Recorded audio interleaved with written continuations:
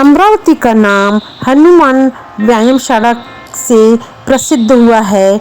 देश विदेश के स्टूडेंट यहाँ पे ट्रेनिंग लेने आते हैं। इसकी स्थापना 1914 के आसपास श्री अनंत वैद्य और श्री अंबादास वैद्य ने की थी।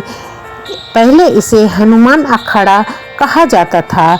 कई राजनीतिक नेता और स्वतंत्रता सेनानियों ने HVPM का दौरा किया।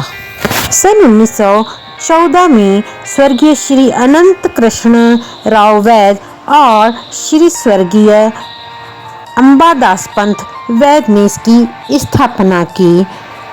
बॉम्बे पब्लिक ट्रस्ट अधिनियम 1950 और सोसाइटी पंजीकृत अधिनियम 1860 के तहत इसे पंजीकृत किया गया।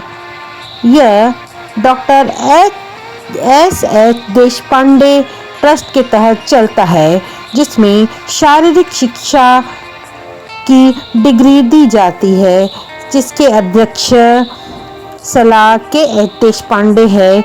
स्कूल का क्षेत्रफल 12 एकड़ जमीन पे बसा हुआ है, जिसमें हॉकी, निशानेबाजी, मुक्केबाजी, फुटबॉल, बास्केटबॉल, वॉलीबॉल, घुड़सवारी, तैराकी, हैंडबॉल आदि शिक्षा दी जाती है।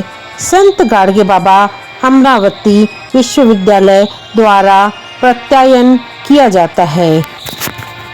भारत की भौतिक सांस्कृतिक की पारंपरिक प्रणाली को मानकीकृत और लोकप्रिय बनाने और खेल और संबंध विज्ञान को विकसित करने और उन्हें जनता के कल्याण के लिए रणनीतिक रूप से नियोजित करने के लिए संस्थान ने समय समय पर भारत में स्थित जम्मू कश्मीर, दिल्ली, कलकत्ता, अहमदाबाद, लखनऊ, अमृतसर, पणजी आदि में विभिन्न दौरों का आयोजन किया है।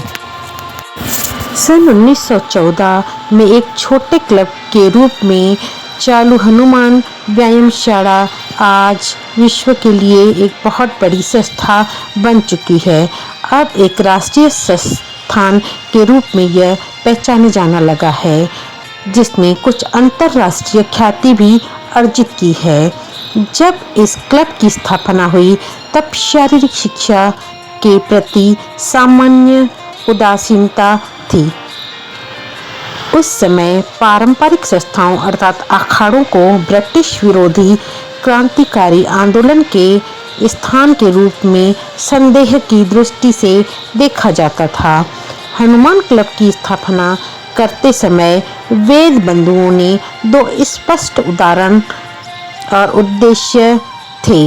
एक था शारीरिक शिक्षा के आंदोलन को भारतीय पुनर्जागरण के राष्ट्रीय आंदोलन के साथ जोड़ना और दूसरा था पारंपरिक भारतीय अभ्यास प्रणाली को इस तरह से आधुनिक और व्यवस्थित करना कि उसमें निहित सर्वोत्तम और ज्ञानपूर्ण तत्वों को साहसिक राहत मिल सके।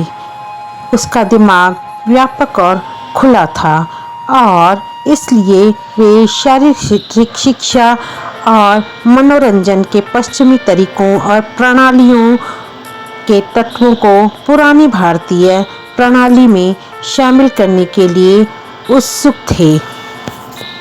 जब हनुमान क्लब की स्थापना हुई तो उस समय खुले तौर पर उसके प्रचार प्रसार के लिए उपयुक्त नहीं माना जाता था। कुछ समय तक इसे गुप्त तरीके से संचालित करना पड़ा था, जब तक कि यह एक बड़ी संस्था नहीं बन गई जो सबके सामने आ सके।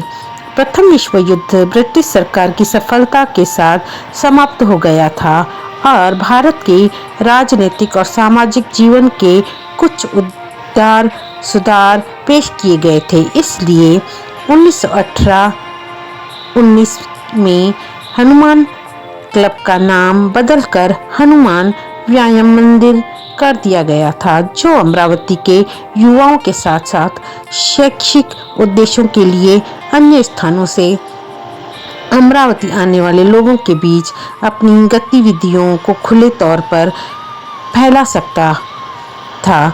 कुछ ही समय में दैनिक उपस्थिति 150 से बढ़कर 450 हो गई। कई युवा प्रशिक्षित हुए समय के साथ अपने अपने स्थानों पर वापस चले गए और प्राप्त प्रशिक्षण की तर्ज पर व्यायामशालाओं का आयोजन करना शुरू कर दिया। इस विकास के कारण हनुमान व्यायाम मंदिर को भी हनुमान व्यायाम प्रसारक मंडल की पुनर्गठित करना आवश्यक हो गया, जिसका वस्तुतः अर्थ जिम्नास्टिक संस्थाओं के संगठन के लिए समर्पित निकाय है। हनुमान भारत के पौराणिक देवता है, जो न केवल स्वास्थ्य और शक्ति के प्रति समर्पित है, बल्कि आदर्श स्वास्थ्य, शक्ति, चरित्र और बुद्धि के भी अवतार माने जाते हैं। इसलिए इस आदर्श संगठन के नाम से ही इसको शामिल किया गया था। विभिन्न जिम्नास्टिक प्रतियोगिताओं में मंडल के छात्रों की प्रभावशीलता और सुंदरता का प्रशिक्षण किया गया। वर्ष 1925 में जब मध्य प्रांत और बरार ओलंपिक बैठ के जिले मुख्यालय में आयोजित की गई तथा प्रांतीय ओलंपिक अधिकारियों ने भारत के पारंपरिक खेलों और अभ्यासों में प्रतियोगिताओं को आयोजित करने की अनुमति दी। इस प्रतियोगिता में मंडल के युवा एथलीटों ने सबसे अधिक सम्मान हासिल किया और अचानक उच्च प्रतिष्ठा प्राप्त की। इस सफलता ने मंडल को आयोजकों को इन अभ्यासों और खेलों को देशव्यापी आधार पर लोकप्रिय बनाने की एक नई योजना शुरू कर दी। शारीरिक प्रशिक्षण की ग्रीष्मकालीन अवकाश कक्षाओं के प्रचार विचार को लागू किया गया। ये कक्षाएं 1925 से लगभग हर वर्ष सुचारू रूप से आज भी चलाई जाती है। मंडल ने खुद को आधुनिक और व्यवस्थित भारतीय शारीरिक शिक्षा प्रणाली के एक महान प्रशिक्षण केंद्र के रूप में स्थापित किया। इस प्रशिक्षण की प्रभावकारिता अब तक इतनी व्यापक रूप से ज्ञात हो चुकी है कि मंडल को कई स्थानीय निकाय संस्थाओं और संगठनों से शारीरिक शिक्षा के प्रशिक्षकों, आयोजकों और प्रचारकों की आपूर्ति के लिए मांगें प्राप्त होने लगी।